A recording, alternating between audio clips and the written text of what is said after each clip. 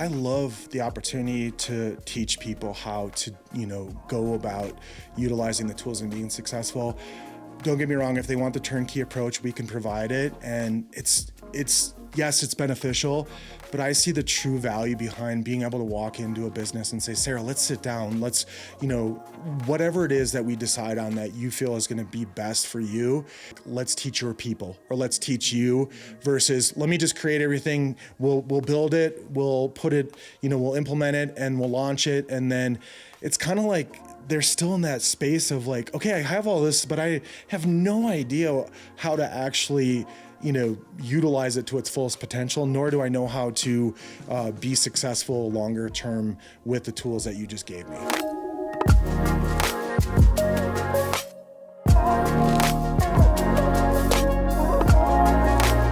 Welcome back to the Making Money podcast, where we talk about how to make more money, keep more of what you make, and make your money work harder for you. I am your co-host, Benjamin Foss, and sitting across from me, as always, is the wonderful entrepreneur and business owner, Paul Ing. Paul, welcome back to the show. Well, thank you, Ben. We had a brief hiatus because it's tax season and you are buried in tax forms. Like, I just have this, maybe I should have ChatGPT make an image of you, your head just peeking above a pile of tax forms, because that's about what your life is like right now. Literally. Yeah, literally. But today is a really fun and awesome episode because we have not only Sarah Ackerman back once again, 2 weeks in a row. Yes. But also we have a first-time guest who is going to help us cover some topics that we have not yet covered on the show. So DJ, it's DJ, right? Mm-hmm. Sorry, my brain keeps wanting to say CJ so bad, and I'm fighting it like a bad alcoholic habit. So DJ, welcome back, or welcome to the show. We appreciate you coming down from, you came over from Highlands Ranch today, right? Came over from Highlands Ranch, okay. But I have the opportunity to be in the mountains. So if we have any of those people that love the mountains, that's where home is for me. That's me. That's why I moved to Denver, because I was like, I want a city near the mountains that's not Seattle or Portland. So awesome. Well, DJ, give us a little bit of your background. Tell us a little bit about what you've done in the past and what you're up to now. Yeah, absolutely. So really the cool part about my journey is before most recently starting this business, I worked in the leadership development side of everything. With what's been really fun is working with leaders of multiple startups to a company that's probably really well known in Colorado called Angie, which was formerly Home Advisor and Service Magic. People know the name as Angie's List. And so really spending that journey all the way from college working with their leadership team, developing learning management systems, helping with their CRM creation, and then just evolving and helping leaders be better leaders. I love that. And so you did that for like 19 years? For like 19 years. That's a long time. Yeah, I started with the company straight out of college and literally started in sales with the business and grew in the role, and having the opportunity to watch the business go through 3 rebrands, being a part of that, to helping leaders grow their leaders. And that's where my passion came in for one of the things that I really love to share with people is I really have this thought about everything in life is about people, and having the opportunity to help people, help businesses, both in their professional and personal growth. And it's been really, really fun for me, and it's been an incredible journey. And that takes me to where I am today. So over the last 8 months, I spent some time learning from some influential AI experts and just really getting immersed in AI because I find it fascinating. Ben, you and I were talking about this a little bit earlier, which was really cool, but it's growing so rapidly and it's changing businesses and leaders in ways that I don't think a lot of us really thought about or imagined at first. And there's just so many incredible things that are happening. I felt like, wow, one, this is a great opportunity to help businesses grow and learn about where we're headed with AI, but even more so it gives people, business leaders, and enablement leaders tools to be better at what they do and more time to do what they love to do. And so that's taken me down this new journey of really getting the opportunity now to not just work with one specific business, but all different types of businesses. And that's really exciting. Well, the other big change is now you're not just working as an employee for someone else, but you've started your own thing. Yeah. So what inspired you to sort of make that transition and take that leap into entrepreneurialism and starting your own business? Yeah. So one of the cool parts about my piece to that puzzle is for about the last 7 years, I've had the idea of really what the company name stands for. It starts with us. And what it really means is it starts with all of us, right? So Sarah, or Ben, if you think about this, it's everything we do in life starts with us, whether we're a coach, a parent, a business owner, whether it's embracing change or doing something new.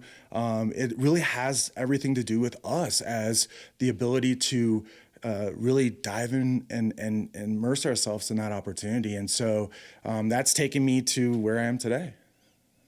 I love that. So you were really inspired by just kind of seeing it's all about people, right? Just being a very people-oriented person, talking about leadership as well. And now you are working with businesses and incorporating all kinds of tools. So tell us a little bit about your business and what you do. Yeah, so It Starts With Us is a business consulting and an AI consulting business, so that I have the opportunity to go into all different types of businesses and say, okay, let's look at your ecosystems. Let's look at the internal side of your ecosystems, the external side. One of the things that I'm working on right now currently with a client is we've got this great opportunity to start to create a new CRM for them and a new LMS.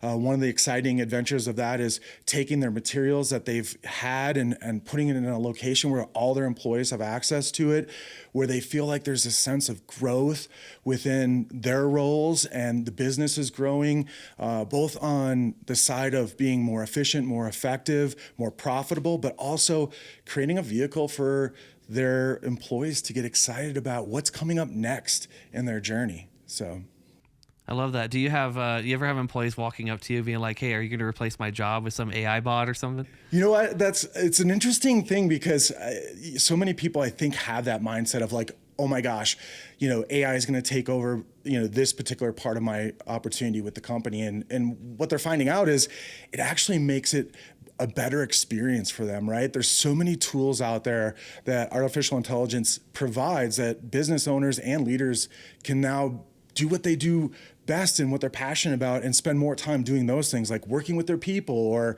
spending time with clients, instead of some of the behind the scenes stuff that for years and years, we were just talking about this today, but some of the tools specifically through AI, specific tasks that would take you maybe days or even weeks prior to AI, people are doing in hours or minutes. And it's really changed the game on that. So to answer that, then yes, I've had some people go like, oh my gosh, is he here to, basically create AI so I don't have a job? And then when we get the opportunity to really dive in, they're like, this is some really cool stuff. So it is really cool. It's like equal parts cool and scary and also mysterious, because we're still even figuring out how AI works, how it thinks. And it's like blowing my mind just thinking about the fact that like we don't understand that much about how the human brain works, but like that makes sense to me because like we didn't make the human brain, right? We made this shit and we don't know how it works. And that's the thing that's like blowing my mind. It's like, wait, how did we make something when we don't even know how it works? Like, and then like you said, like the rate of innovation and change is insane. I mean, just this past week, the last full week of March, Google introduced Gemini 2.5, I believe it is, which has a million token context, which you don't know what that means. Basically, it's like 4x the next competitor, just like in one day, just boom, done. And these types of updates seem to be happening like every month, every couple months. Like it's just insane, the rate of progress. And like you said before the show when we were talking, like if you haven't looked at AI in 6 months, you basically know nothing compared to like where it is today. Yeah, and we were all talking about that, and I know, Paul, we had mentioned that with you too, but it's absolutely true that this entire industry is growing. The last numbers I saw is like every 6 months by 10 times, right? So if you think about in a 6 month period of time, whereas they say to all of us that this will be the slowest technology we'll ever be in our entire lifetime. If you think about that, that is mind blowing, right? Unless it goes really bad. That's true. We were talking about that too, there's some, rumors floating around that even today AI will cheat if it knows it's losing, right? So it's definitely what I would say is kind of bending the rules in some places, but also doing so many incredible things. And there's so many stories out there about how AI has helped both in the medical side of things, in the healthcare field, to just in general, the opportunities that are coming out with, you look at all the major players, right, with Grok or OpenAI, or you had mentioned even, what Google's doing these days with Gemini. Microsoft too. Yeah. And to and me, Anthropic is another one. And then whoever makes Perplexity, I forget who's behind Perplexity. So I think I'm not 100% sure that Perplexity's owner is outside. I'm not familiar with exactly who the parent company is. Yeah, I don't remember who that is, but Perplexity is another one I've been using a lot. It's really good for like the up-to-date information. They were, up until recently, not offering a web-based version of it, I think, too, which was holding a lot of people back. Same with Claude, Sonnet 3.7. Yeah. So I think the players are figuring out, too, that web search and capabilities are a huge piece of that puzzle.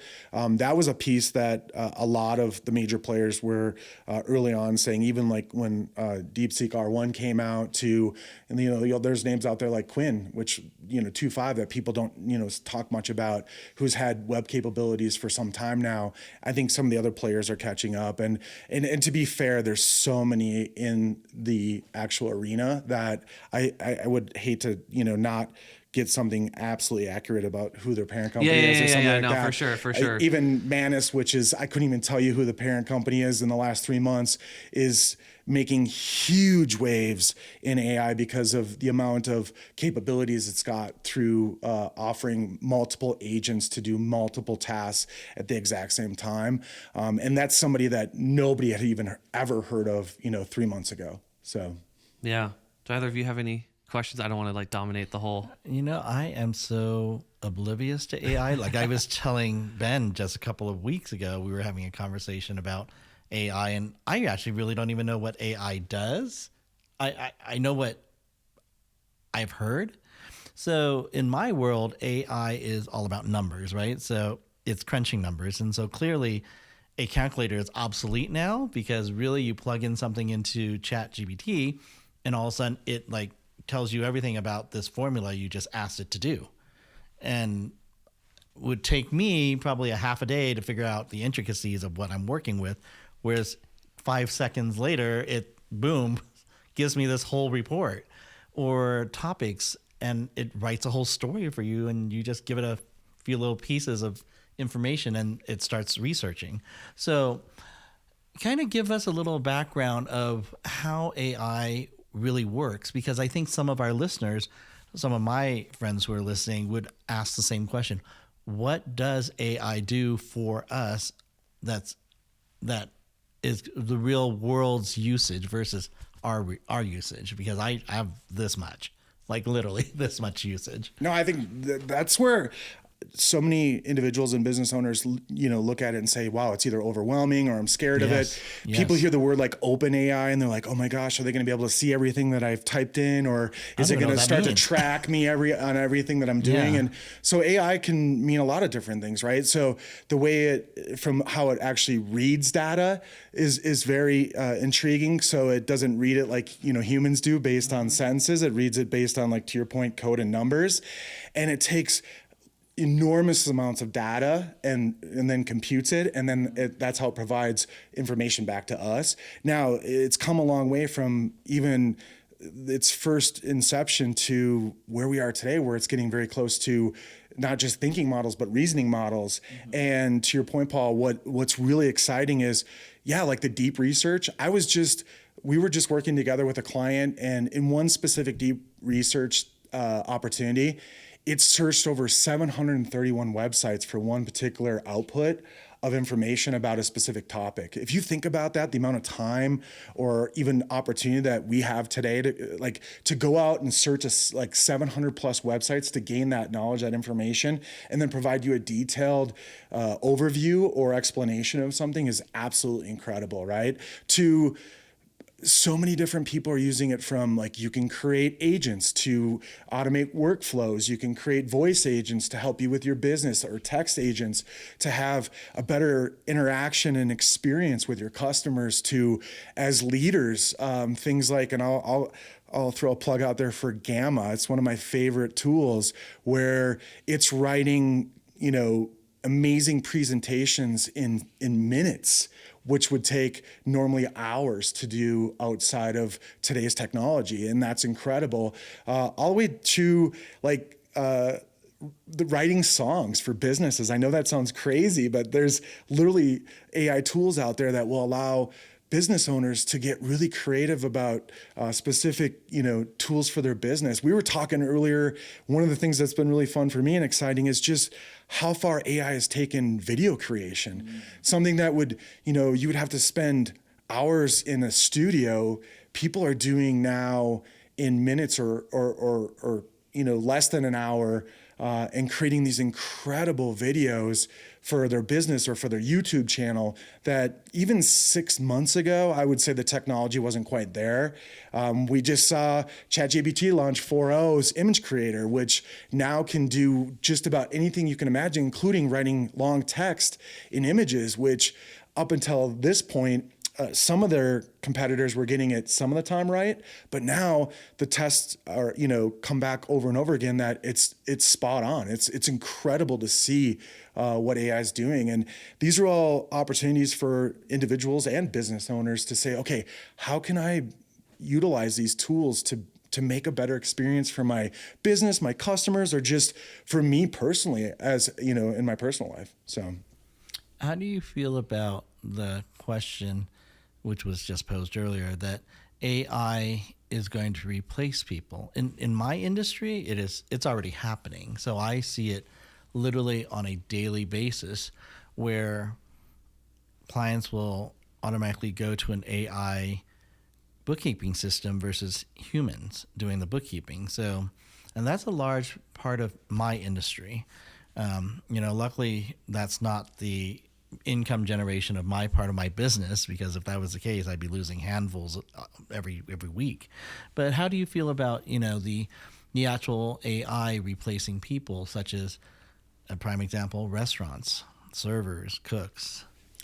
So when I first got into the AI space, I really wanted to look at that because coming from, a long history of working with people, I've worked with thousands and thousands of salespeople and leaders throughout my journey. I said, okay, well, what does this really look like? And there are some pieces to that puzzle. You can look at it and say, okay, if you think of it as if it's something that's mechanical, right? Something that could be replaced, like mowing your yard or doing something specific, that maybe you don't necessarily enjoy, or maybe you do enjoy, but it has the ability to be replaced by AI. I do believe, and there's a lot of, documentation that says, over the next 5 years, we're going to see a big change in that, right? One of the things that was really intriguing to me is even just, and this is incredible, like the days of us holding our phones is limited. Like they say over the next 5 years that the majority of our experience will be through glasses, where we will actually be more physically present, but we'll have the ability to actually see through these glasses and interact with AI. And one of the things that they share that's really intriguing is the majority of us will have our own assistant that will live kind of side by side with us for the rest of our journey to do those daily tasks, the things that maybe we don't enjoy doing, like grocery shopping for us, or some of those other things that you're like, you know what, it's something I've done for a long time, but maybe it's not something I love. But I do also believe that it's going to open the door for a lot of new opportunities. And one of the things that they keep talking about is the ability to have more time to spend with family and friends and to go out and to do the things that you love to do, right? And that's exciting. Do I think it's going to replace some of the professions out there as well? I do think at some point it will, take that image or view on, as far as like, okay, if you're in a specific industry or field, it's either going to enhance it greatly or it could potentially, take that over. But I don't think that's saying that it's not going to open the door for a lot of other opportunities. And I want people to get excited about that, because it's not saying, hey, listen, you should be worried about your career being in jeopardy. It's, hey, how is this going to enhance the opportunities that lie ahead of you as either a professional or a business owner, right? One of the things that they do say, though, is for business owners specifically, if they don't start adapting AI into their businesses, they're going to get left behind, because the things that you can do through AI is just so much more powerful than a business owner or a business that's not utilizing those tools. I agree 100%. That's my roadblock, and probably for a lot of people out there, is the adaptation to AI and the willingness to change with AI. I become that person that I said I never would. The old fuddy-duddy that's like, I'm not going to do this because, that's your young kids thing. But the fear factor is it's become part of me. But what's really exciting is that seeing what AI can do is an eye-opener. In some of my other industries, AI can never really replace it because it really requires hands-on. But once again, AI it's on point. I mean, there is almost no room for an error to occur because it has the ability to take all this research, and the probability of the correct answer is 99.99%. because it has the ability to do that, whereas our human minds clearly can't absorb that much that fast, process it, and put it into an output of usable information. So I think you bring up a really good point, though, that I feel like I want to come back to, is from the very beginning of what you were saying, is how much value you're able to bring the world and business owners in particular by teaching them these things. However, I think that the biggest roadblock to growing your business is communicating the result of what you're doing in a way that will actually make people feel not overwhelmed. Because, okay, I'm hearing all this and it's like, it's unlimited. It's unlimited what you can do with this, right? But how are you positioning yourself? That's my question. How are you positioning yourself in the specific things and that you're helping, the specific maybe pain points that you're helping with? Paul said, for me, AI is about numbers. And that's Paul, right? But if you had came to Paul and said, something about the technical, explanation of what you do, it wouldn't hit. He'd be like, I don't know what that means for me. But if you had said, well, knowing that you're what you do, my solution to that is we can take XYZ amount of less time to compute this type of thing to get you this result. That's a very clear communication from your messaging perspective. And I was just very curious to see, it sounds like you dive into a lot of different things for clients. And I'm really wondering what's your favorite types of things to dive into, or what are the biggest problems that you help solve, and how do you communicate that? Yeah, and Sarah, I love that, because that is the coolest part about what I get to do is I get to walk into every business uniquely, right? And say, okay, let's talk about what are your goals? What are you guys looking to accomplish? And what are some of the, challenges, or to your point, roadblocks that you guys are encountering, right? For every business, it's different. And to Paul's point too, every business owner has a unique business, right? So one of the exciting parts is through It Starts With Us, we take the opportunity to analyze that and say, okay, let's go look at what specific pieces to your puzzle you feel like are working well. And then maybe we uncover some that aren't along the way, right? And then we can start to talk specifically about that. For instance, the two clients that I most recently worked with, completely different businesses. One's a very successful landscaping company. One is a very successful, believe it or not, beef company that, sells a ton of beef online. That's they're competing with some major players like Omaha Steaks, right? And very different business models and very different pieces to their puzzle as far as the different opportunities that we had within their business. One was spending way too much money on marketing and not seeing any results at all. To the other one was the efficiency and effectiveness of even being able to utilize their customer relational management tool to its fullest potential, right? So many times business owners, they, especially in a rapidly growing business, they grow so fast that they're outgrowing even some of the things that they originally started with. Yeah. That ultimately they outgrow their systems. Yeah. This is where I was going. I was like, it's like not only the solutions, but also like, yeah, what are making people self-identify as, oh, I need to talk to you.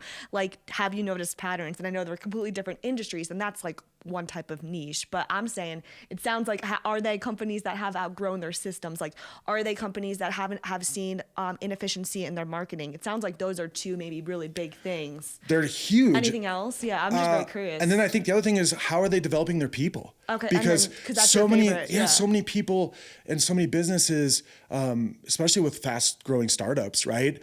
Even in some of the really cool experiences I've had are like, okay, we started with this, but we're trying to get here, right? So here's where they're currently at, but here's where they're trying to get to, and then we have measurable opportunity to say, like, how do we get you there, and what are the benchmarks that we can put in place, and the roadmap to help you be successful in achieving that, right? And so one of the exciting pieces to that was I was even working with a large startup last year, and just watching how much it changed to be able to bring the amount of knowledge to not only their leaders, but to even the enablement side for new people coming in, and having a roadmap to say, like, not only, do you have 2 weeks of training to help you be successful in your role, let's create a 52-week roadmap to say, like, oh my goodness, now you have the opportunity to have a roadmap for your first year of your experience and growth within the company, right? So that's probably one of the most unusual things about It Starts With Us, is we have the opportunity and ability to say, like, okay, we don't need to just focus on one specific piece. If you see that there's multiple pieces within your business that you want to enhance, or at least analyze and take a closer look at, we can do that. Yeah. But to your point, Sarah, right now what seems to be extremely popular is how much SEO and SEM's changing because of AI, and even EGO, which is basically how are people now searching through LLMs to be able to find search results. And your traditional, we were talking about this earlier, Ben, but your traditional search results in Google is not the same search results you're going to get if you go into ChatGPT or Gemini or any of the other major, LLMs out there, and you say, you do that same prompting, you're not going to get the same results. And so businesses are learning that what was traditionally working even 6 months or a year ago is changing, and those algorithms are changing too. Yeah. What is LLM and EGO? I'm not familiar with those terms. Yeah, I was at all. gonna we have people in the audience who may not understand a lot of some of the terms. So the LLM is large language models. So it's everything from like ChatGPT to Gemini to Quinn to you had mentioned Anthropic with just Claude, and there's so many out there, right? To the EGO side is the generative optimization side. So how can you optimize your business or to be a part of those search results within those LLMs? So like if I say, for a search on ChatGPT about a bank near me, you're not going to get the same results as if you put in a bank near me in Google. And because it's the way that the models think, right? So if you think of a model and the way it thinks, it's thinking from a much different perspective of, like you want to learn about banks and you want to know more about it. So the search results are going to encompass in an LLM a way different result than if you were just saying, what's a bank near me on Google, where it's just going to spit out, well, here's a Chase or whatever, and it's, X number of miles away. I'm going to have to ask this one because now that's kind of going over my head. If I'm on ChatGPT, and I've never used it, which is the truth, so if I ask a question such as, what banks are near me, do I need to get a little more specific for it to pull up information, or is ChatGPT more like an encyclopedia versus Google, which is actually going to be using your sentences to kind of be more reading your mind as to how I'm not even sure what the right word is. You know what I'm trying to say? No, I think he's got it. Yeah, and so that's the coolest part about these language models is they're not, to your point, Paul, it's exactly right, is they're not just spitting out data based on, who's highest in their paid placement or who's got the best optimization with their websites or, who's ultimately, won that space or arena as part of that game. Large language models are also there to teach you and educate you, right? So they're trying to give you knowledge along with your results. So one, in general, the more you put in, the more you get out with prompting. And that's a whole nother, conversation that could be a whole nother podcast just on prompting. But literally what people are learning is the better you get at prompting, the better results you get. And so many times what's really frustrating to people, and I think you hit on something really important, is they'll put in like a 3-word prompt and they'll be like, oh, I didn't get back what I wanted. This is broken. I don't want to, I don't want to learn, AI. Where if you get really good about your prompting and you learn, even each large language model is different. They'll even talk specifically about like, oh, you actually go to one specific LLM and ask it to build you a prompt for another AI tool, which will produce better results. And then it's now you getting better at, okay, it didn't give me exactly what I want, but let me get more creative and more detailed in that follow-up. And every time you do that, the results get better and better. So if I were to say, hey, DJ, my company on the accounting side I would love to have you come in and introduce us to AI. I think it's probably the best thing because I don't think anyone in my office understands how that even works. I mean, we're in the paper industry. I mean, like I got stacks and stacks. I copy, I print. You have I like toss. a commercial grade printer in your office I that's do. like 4.5 feet tall. Yeah, I mean, I go through a case every 2 days. I go through a case every 2 days. So I'm going through 10,000 sheets. Paul, certified tree killer. I'm a certified tree killer, but I hug every sheet of paper so tight before I toss it. I promise you I do. It's like handheld, grip tight. But no, honestly. So I would want to invite you in literally to introduce AI to a team, since none of us in that office understands AI to where and what degree it can help our industry. Because in my world, I don't want to get involved into AI because I know it can replace me in a certain degree. But hearing what you're saying, it could enhance our industry by giving our clients faster results. Flip side is they may just take on that responsibility themselves and say, hey, we don't need you. I'll be responsible. I will get the AI software and then it'll do A, B, and C for me. And then I will just give you a report. So I will save X dollar every month by not having to pay you, but I pay this service fee of, I don't even know what it costs, but whatever the service fee is every month for my AI service. And so I've gotten replaced by a couple of people because of that. How would you bring that into the table of it can help enhance? Because I don't know how it would enhance. I get scared because it's replacing me. Yeah. So I just had this opportunity with a company most recently. We sat down as a leadership group and we said, okay, like, how can we give you a better lens into AI? And we started with things like from a leadership side of things, like what tools specifically are out there for AI to help you be a better leader and to lead your people and then to help your people become more efficient and more effective at what they do. A lot of it is, I know you hear that phrase over time, but knowledge is power. And I do believe that there will always be the need for humans even to be there to guide AI, right? Because until we get to a place where we're truly hitting that next level of, AGI, which is another term for like that next level of can they start to truly reason and then take it a step further. AI is still in that, in my opinion, place of they really need humans to be the ones driving the input to get the output. And as far as your original question, Paul, which I love, is so many people, once they see it, I just got done working with a gentleman who was kind of in that exact same space that you were just talking about. And now he sends me stuff like every other day, and he's having so much fun with, learning from AI, building an AI, utilizing it for his business and his leadership team. And it's really fun to watch and be a part of.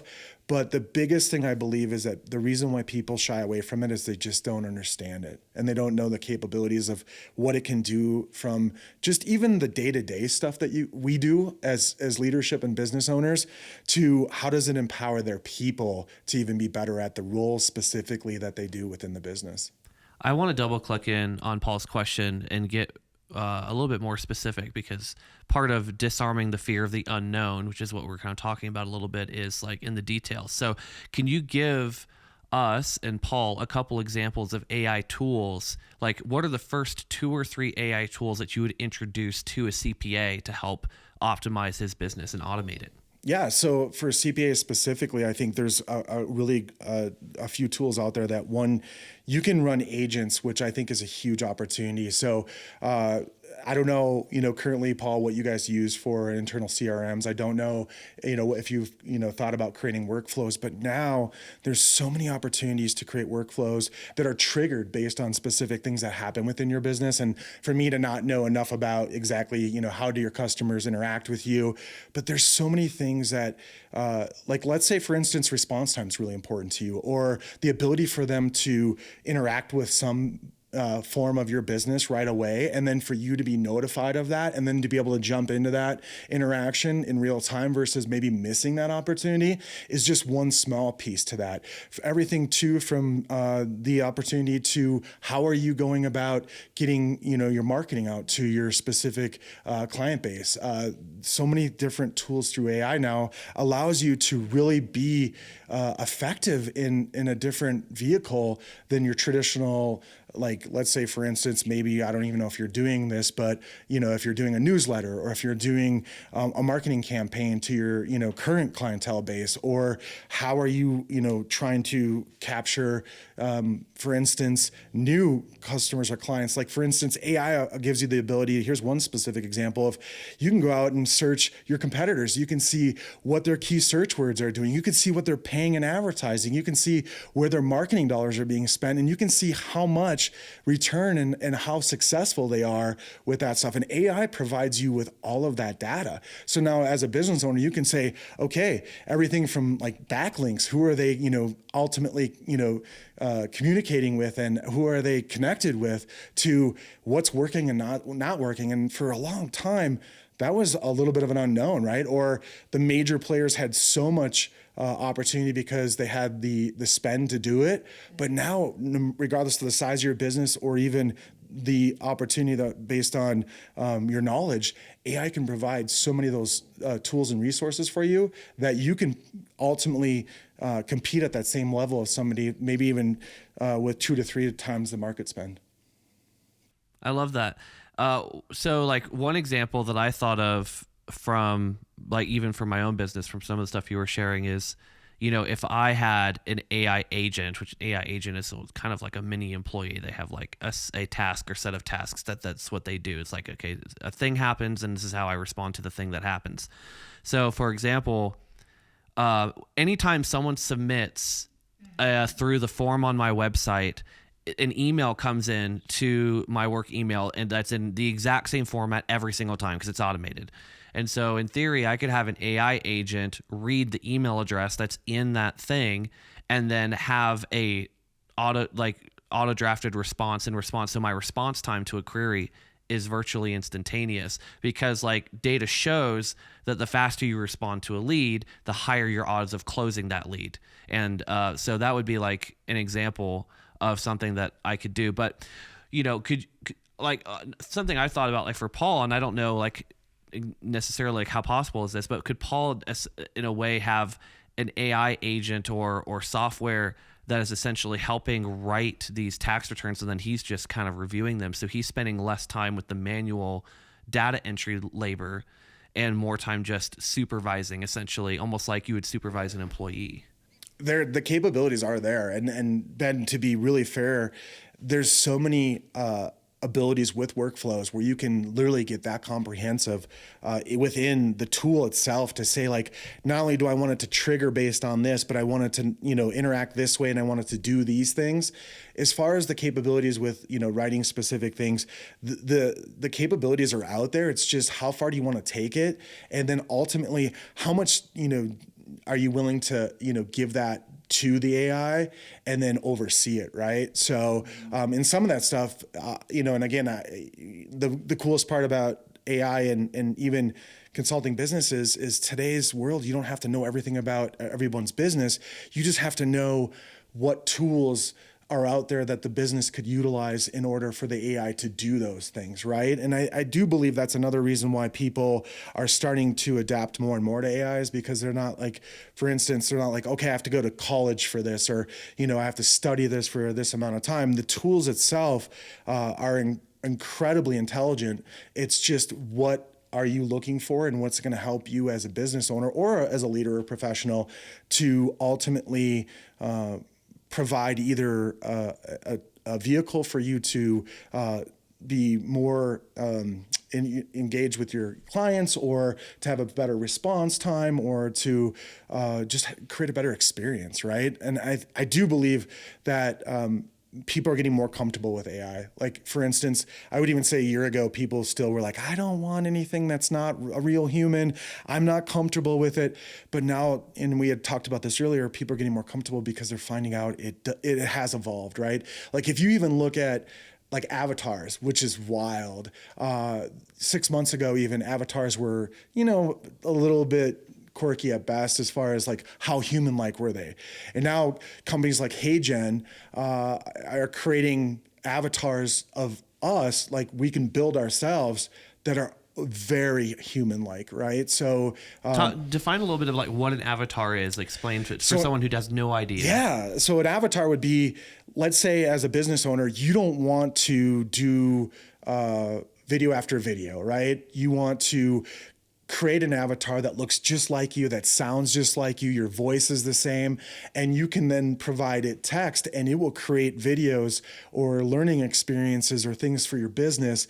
And it's literally an avatar of you. And so like companies like HeyGen offer hundreds of avatars you can choose from, or you can literally create your own avatar, and literally it looks and sounds just like you.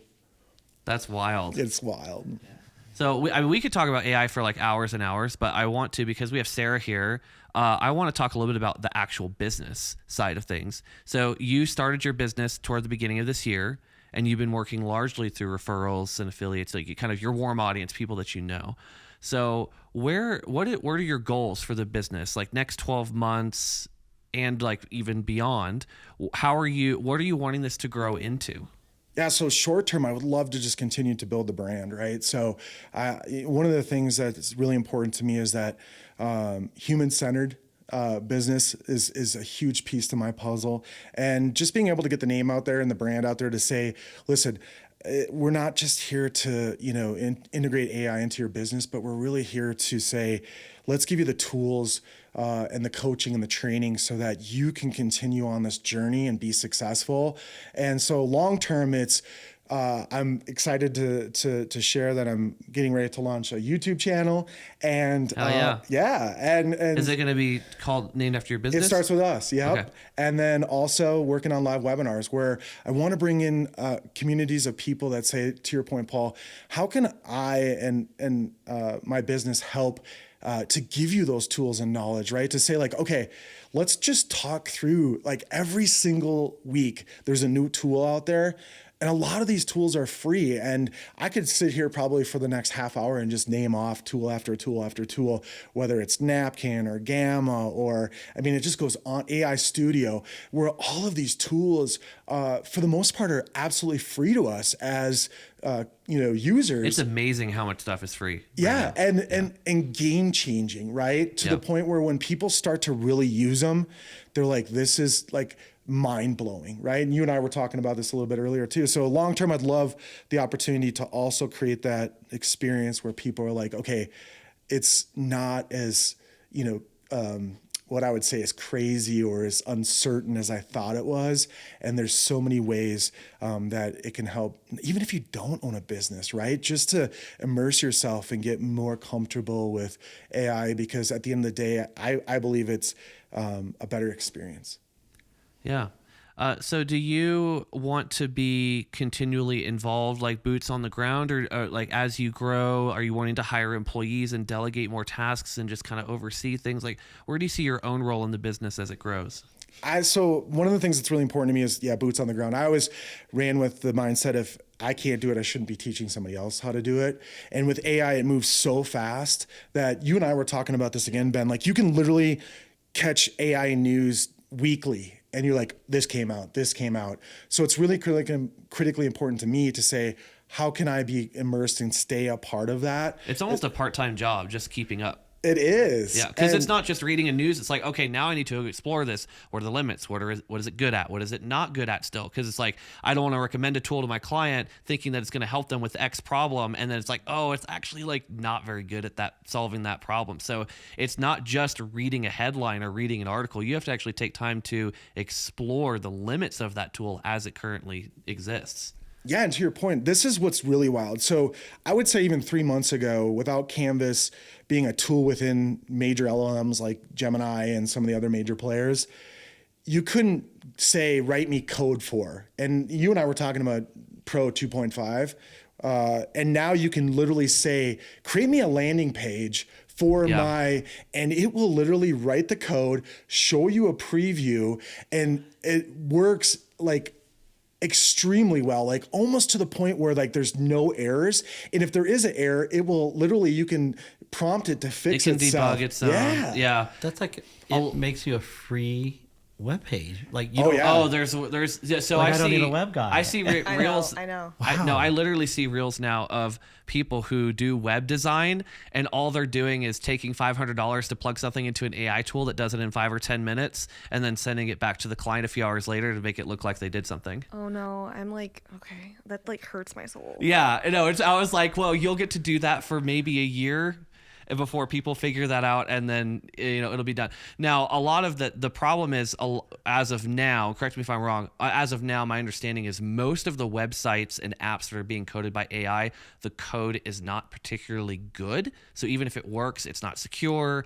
It sometimes is like very bloated and inefficient, which is only a matter of time before it fixes all of that. But a lot of websites now that are built with AI are super easy for people to hack and break into and do all kinds of whatever they want with. But wouldn't you just be able to like AI creates this web page, right? And then you upload it through GoDaddy and then secure it down with GoDaddy's security tools, or I may be talking out of my rear. I don't even know. It might be wrong. I mean, I think what's fair to say, Paul, and you're on the right track, is and I'm glad you brought this up, Ben, because one of the things that's important to me is there are a lot of players out there who are like, for instance, oh, hey, I've got this tool, and it's like kind of like the whole get rich quick like theory. Yeah. And I really worry about that, because I worry for business owners and leaders. They look at it and go, oh my gosh, this is going to change my world. And what I really want the experience to be is there's still some work involved, right? And to your point, Paul, you with API keys and the opportunity through OpenAI, you can,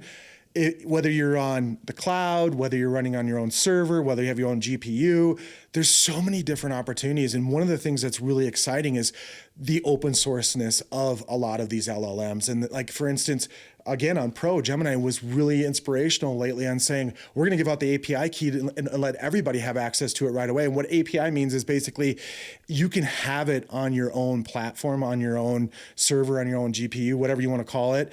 And you don't have to live on a closed source, right? And what's exciting about that is, to your point about the GoDaddy thing, is you can also literally take what AI is allowing you to do and build yourself some of these incredible tools like websites and other things, like, for instance, workflows. Like, you'll hear a ton about this, like N8N, and there's all these opportunities where you can learn how do you build a workflow, how do you create an API key, how do you put that into your CRM, right?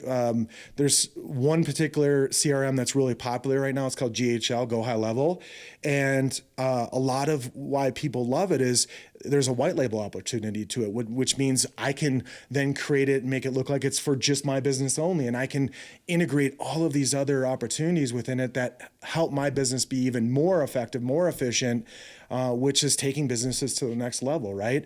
As far as the website piece, and Ben, I believe that you're on the right track there too, is you can only do that for so long.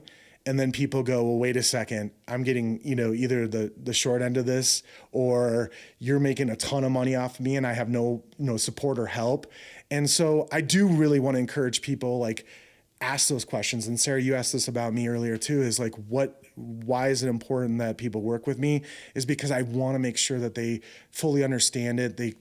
immerse themselves in it, and that they can ultimately use the tools, long term, way past my opportunity to work with them, and then to be able to evolve with the tool as the tool gets better. So do you walk into a business and offer a teaching module of this, or do you come in and implement it, or do you teach and implement? What's the basis behind bringing you into my company or a company in general? And also, where do you want to go? Because Yeah, I yeah. was also curious when you were talking. I wanted to know the business model you're building, because you're talking about building a personal brand or building a brand, which obviously can go in a lot of different directions. And I was wondering if you're still going to be just doing mainly consulting in that future world, or if you're really just trying to be an educator. I love the opportunity to teach people how to, go about utilizing the tools and being successful. Don't get me wrong, if they want the turnkey approach, we can provide it. And it's yes, it's beneficial, but I see the true value behind being able to walk into a business and say, Sarah, let's sit down. Let's, whatever it is that we decide on that you feel is going to be best for you, and then teach you those things and allow you to successfully know how to do that. If I were to share, like, where do I want this to go, I would much rather be have the opportunity to go in and say, like, let's teach your people, or let's teach you, versus let me just create everything. We'll build it, we'll put it, we'll implement it, and we'll launch it. And then it's kind of like they're still in that space of like, okay, I have all this, but I have no idea how to actually, utilize it to its fullest potential, nor do I know how to be successful longer term with the tools that you just gave me. So you want like a done with you. You're going to continue with like a done with you model type of thing. Like you're doing it with them. Yeah. Versus like done for you, right? Is like it's hands off, but you're just like doing it all and maybe like presenting them a solution, but then they're kind of like they don't have ongoing support.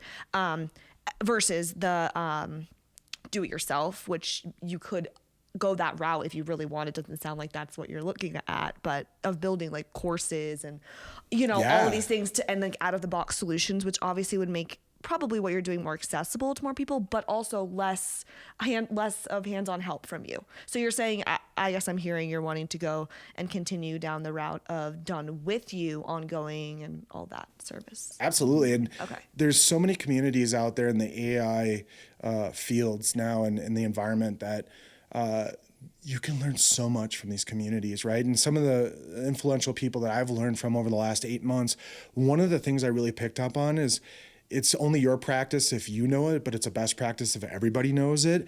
And don't be afraid to share your knowledge, because it only comes back to help you and others. So one of the things that got me excited was, okay, the more you can get out there and the more you can share with people, the more ultimately it's going to benefit them and you in the long term.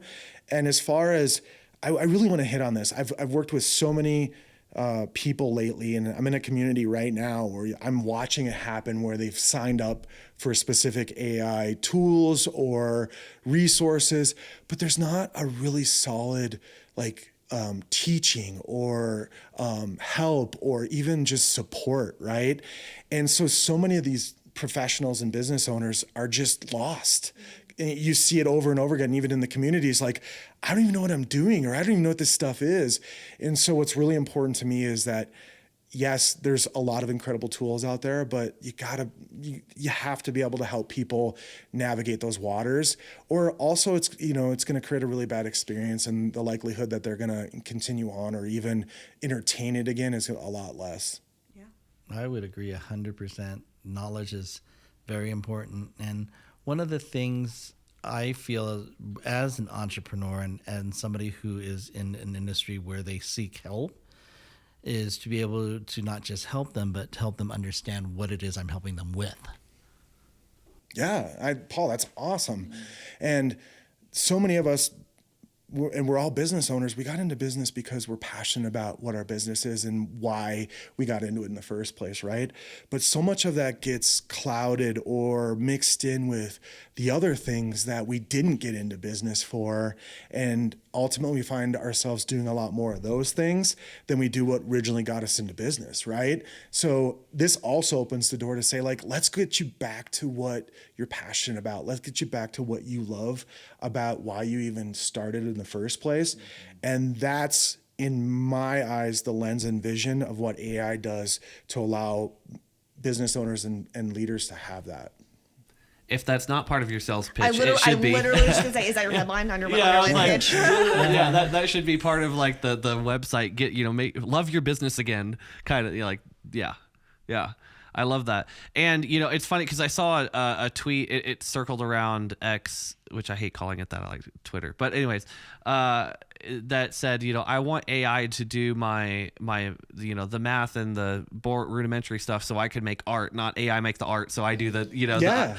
and so you're kind of tapping into that is helping find the tools that offload the Elon says this a lot about the robots and stuff, like Tesla's doing Optimus, and humanoid robots are a whole nother thing, but it's like we want to do things that are boring, repetitive, mundane, and dangerous. Like those are the things that we really want to outsource so that we can do the things that are fun, creative, and safe.